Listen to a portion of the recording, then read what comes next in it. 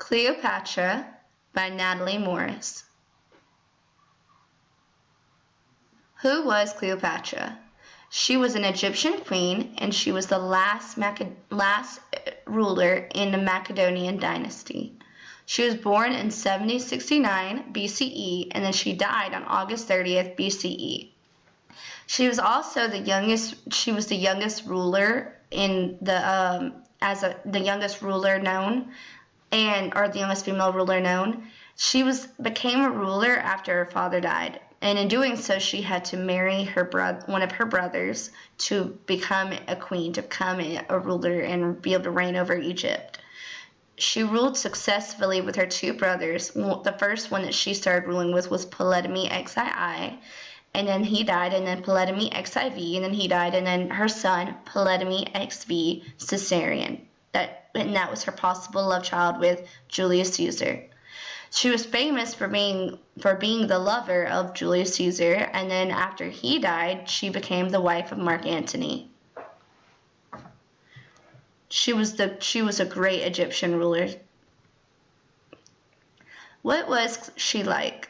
She was charismatic, intelligent, and she was also known as ruthless. She was known as ruthless because when she came to reign, when she came into power as a ruler of Egypt, she had known to kill a few of her family members, several of her family members, just to stay in power, to stay reigning over Egypt. However, she was thought to be a popular ruler, and she was also expanded Egypt's political aspirations. And when I say she expanded them, I mean that when she did many things, but when she also knew over 7 languages, to where she was bilingual, to where she could help talk to them more, talk to other nations better. She could trade with them. She could ally herself with them much better when she could speak their language. What did she look like? We have coins that have her portrait of her on them, and some of her features are a prominent nose, a sloping forehead, sharp pointed chin and thin lips, hollow-looking eye sockets, and ringlets of curly hair around her face, with the rest of it wrapped in a bun. She also wore a royal diadem. And all of these things are showing, all of these features could be a possibility of ancestry. And when I say that, I mean her family, her ancestors before her, had started marrying themselves inside their family. Sisters, brothers, marrying each other, to where the royal bloodline of Egypt would be pure and would continue to be pure. Or even to reign, because when we see Cleopatra, she marries both of her brothers to stay in power. So we've seen that they do marry in their families in breeding. Egyptian fashion. Egyptian was the first society that had fashion. They had their first sense of style, and they also had their fashion show who they were, what class they were, what style, what personality they had. It was to show who you were in Egyptian society. Egyptians had ankle-length dresses. That way you could see what was different according to each class.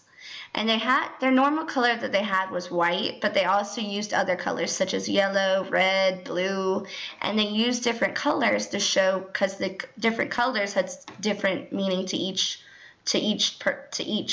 outfit, or to each Egyptian. How did she rise to power? She rose to power by marrying her brother Ptolemy XII, and they ruled together until she had to flee in about 50 BCE. She ruled with her brother, and then she returned, and then she was assisted by Julius Caesar to return to be able to rule with her brother until he died in 47 BCE. And then she ruled with her other brother, who became husband as well, Ptolemy XIV. And then later on, after having her love child with Julius Caesar, her son being Caesarion, he ruled and she ruled with him. How did she lead her subjects? She had extensive and great skillful use of public relations, And in doing this, she used events to form support for her and over her reign.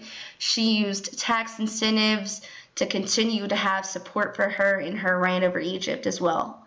She used public diplomacy, and she used the straw polls and spies to gain information. She used the public information for agriculture and commerce that the people of Egypt could use, and that being floods or irrigation for crops. She would tell the people of Egypt, that way everyone knew and everyone could use it to help everyone.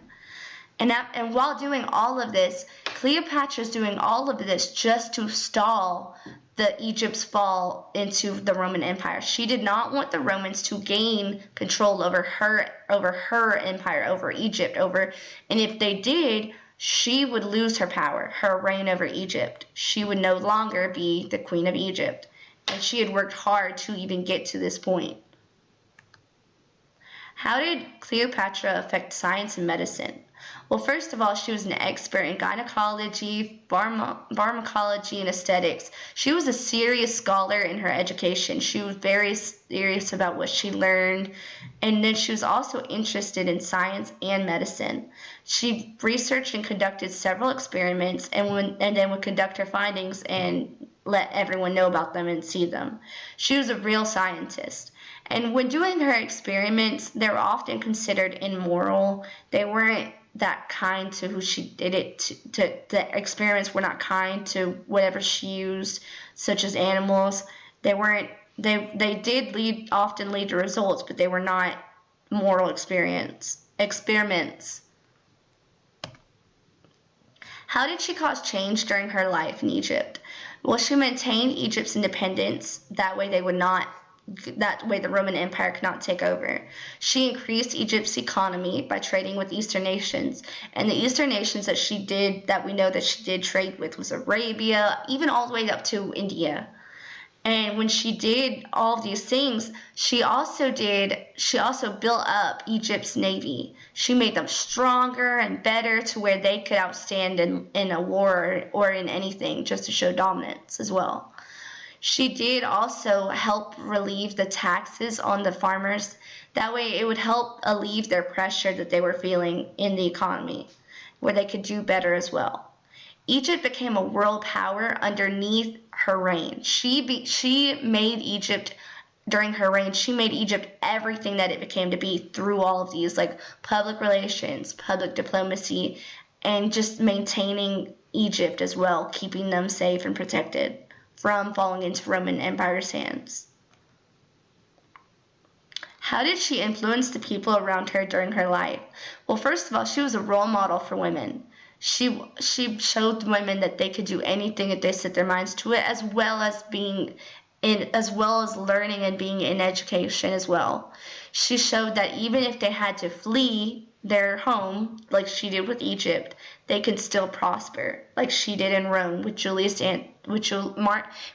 Caesar and Mark Antony. She prospered through everything that was thrown at her.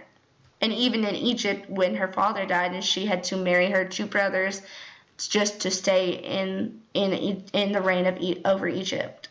She influenced invasions, governance, war, romance stories. She even was considered to be a romantic femme fatale. And when I say that, I mean why she was considered to be a femme fatale is because a femme fatale, first of all, is considered to be an alluring woman who brings catastrophe behind her wherever she goes. Whoever she's with, it will follow.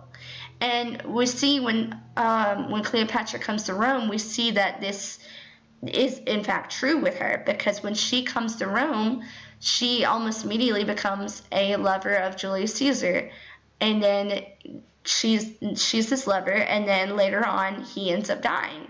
So she comes alluring, like she did with Julius Caesar, and he dies. She brings the catastrophe with her. And then we see the same thing happen with her and Mark Antony. She comes, Mark Antony and her marry, and then Mark Antony ends up committing suicide. So the catastrophe comes with her wherever she goes, and it will follow for whoever she's with. How did she die? Well, her husband, Mark Antony, as I said before, committed suicide, believing that she had already died.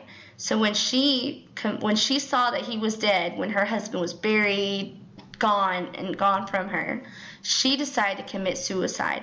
Now, we do not know how or why well, we do know why, but we do not know how she committed suicide, though it is suspected to be, could be one of her experiments. It could be poison, venom, or even from a snake. Here's my works cited.